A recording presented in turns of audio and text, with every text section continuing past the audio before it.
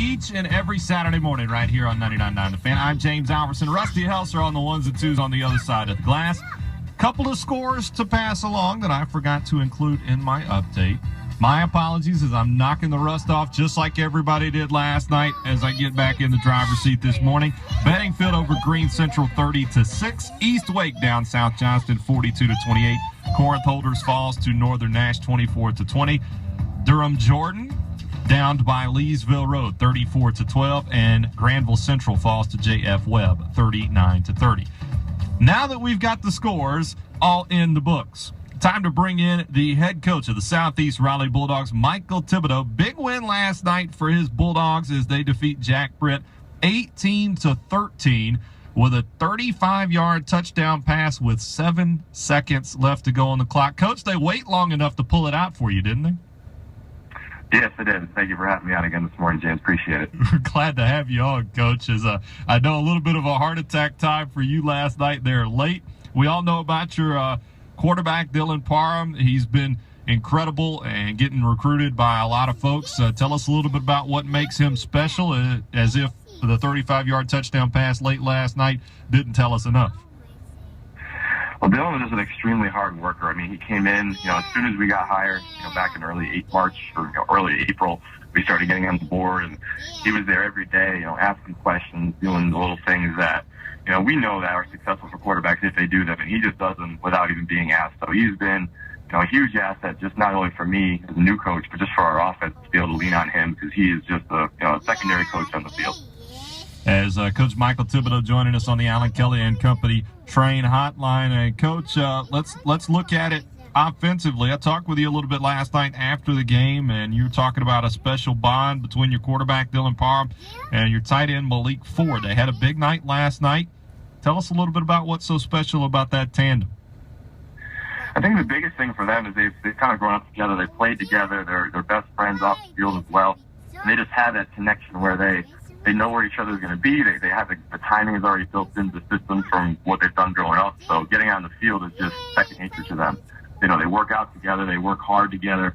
And when they're on the field, it's just he knows when things break down that he can just go to his buddy. He's going to be there. And he's a person who just catches everything. I mean, throughout the entire offseason, we just commented as a staff that Malik is just, the one on the field that we know we can throw the ball to, throw it up, throw it out in the flat, whatever it is, he's going to come down with it. So he has that, feeling on the field as well, and he knows that he's out of safety valve at all times. Now, Coach, you told us a little bit about just a special bond that they have between each other as friends on and off the field. Do you think that really makes a difference when you get into the trenches on a Friday night?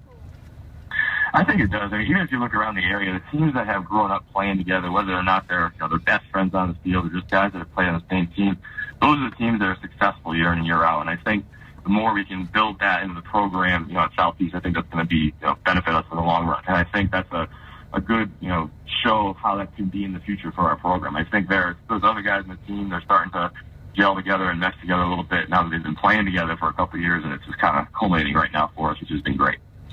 Coach, your first year as a head coach, I got to have you just put us in your shoes a little bit there last night. What was it like in your first night on the sideline as the head man?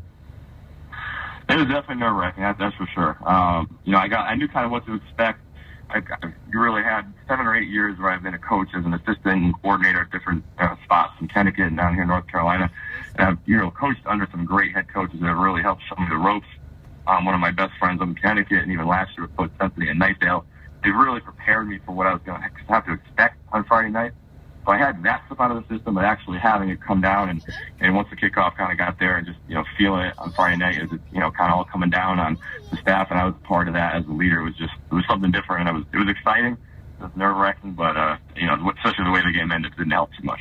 Oh, yeah, I'm sure you're taking a couple years or at least a couple hours off your life last night with that late win as you get the heart rate up and going. But that's why you get back in it. You do it for fun, and that was certainly a fun thing to see last night as you knock off Jack Britt 18-13 on a last-second touchdown pass. Defensively, you're able to hold the Buccaneers to just 13 points. That's a pretty impressive showing, as Jack Britt, always a very physical football team. They've definitely got some running backs that could do some damage to you. One of your big seniors on the defensive side of the ball, Tamarcus Simpson, really a nice night last night. Tell us a little bit about what he does to elevate your ball club. He just has a passion for playing football, and he is an aggressive. I mean, he's probably one of the taller middle linebackers you'll see in the area, being at 6'3", almost 250 pounds. But he is just a kid who has a motor, loves to hit, loves to play defense. He's kind of like our emotional core, on the defensive side of the ball. And we have a lot of seniors back there, even in the secondary and really the back seven in general. But he is just a person that when he's going, we're going. We have athletes and size kind of all over the place on that defensive side. But he really, sets the tone. And when he makes a big play, the entire sideline, the entire stand will respond because he has that this emotional side to him, that emotional core. And definitely a big-time player for you guys, 6'3", about 240 pounds, plays middle linebacker. With the stats, I can just tell you right now the dude's a wrecking ball based on the attitude you described as well. So definitely something to go watch as we see you guys in a couple of weeks against Southeast Raleigh with our game, or against Inla, rather, with our game of the week. Next week, you got a little bit of a road trip facing you as you head down to Socastee, South Carolina. Tell us a little bit about some of the challenges that you face as a coach taking a long road trip like that. Well, it's definitely going to be a different one for us in terms of just scheduling. Having that extra day built in now just in week 2. We set the schedule for the first week, and we wanted to keep it the same as the new staff. And already in week 2, we got to kind of change things up. So that presents a challenge in itself. Plus the 3-hour bus ride, and we're actually not going to be staying down there ahead of time. So we got to kind of all do the traveling in one day. So that'll also represent a challenge. But the kids are looking forward to it. They went down there last year when they played Dutch Fork. They enjoyed themselves. It was a different experience for them. They got to play on some turf a little bit and see some different athletes, and there was a lot of people at the game, and they're definitely looking forward to it. And even us as a staff, we actually ended up signing out for it for another 2 years because we just think it's a very good experience for our kids. To get a guy out of the city, see something different, play some teams from another state, and we get a chance to really see some other athletes. And it should just be an overall great experience for them to play something out of conference that they can kind of look back on and say, yeah, we did that, and that was a good time for us.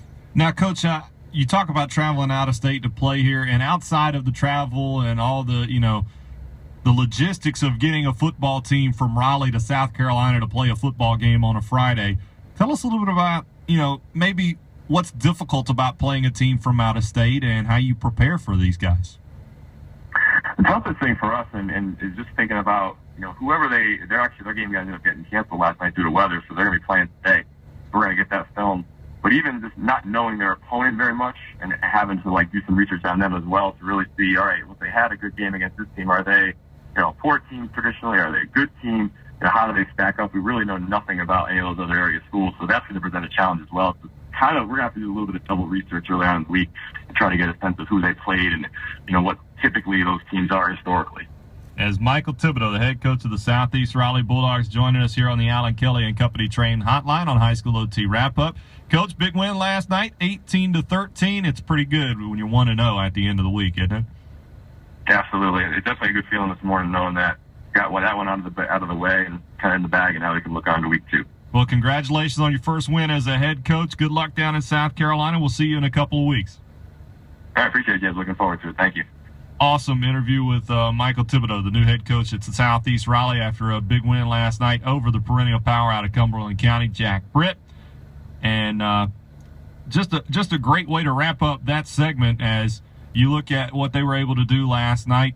As you get their quarterback, Dylan Parham, going out, throwing a 35-yard touchdown pass with just 7 seconds left in the game as they beat Jack Britt last night at home. Incredible way to start the season for the Bulldogs. They'll be riding high as they head down to South Carolina next week. Well, it's that time in the show where we recognize some guys that put up video game-like numbers. But in order to do that, I need a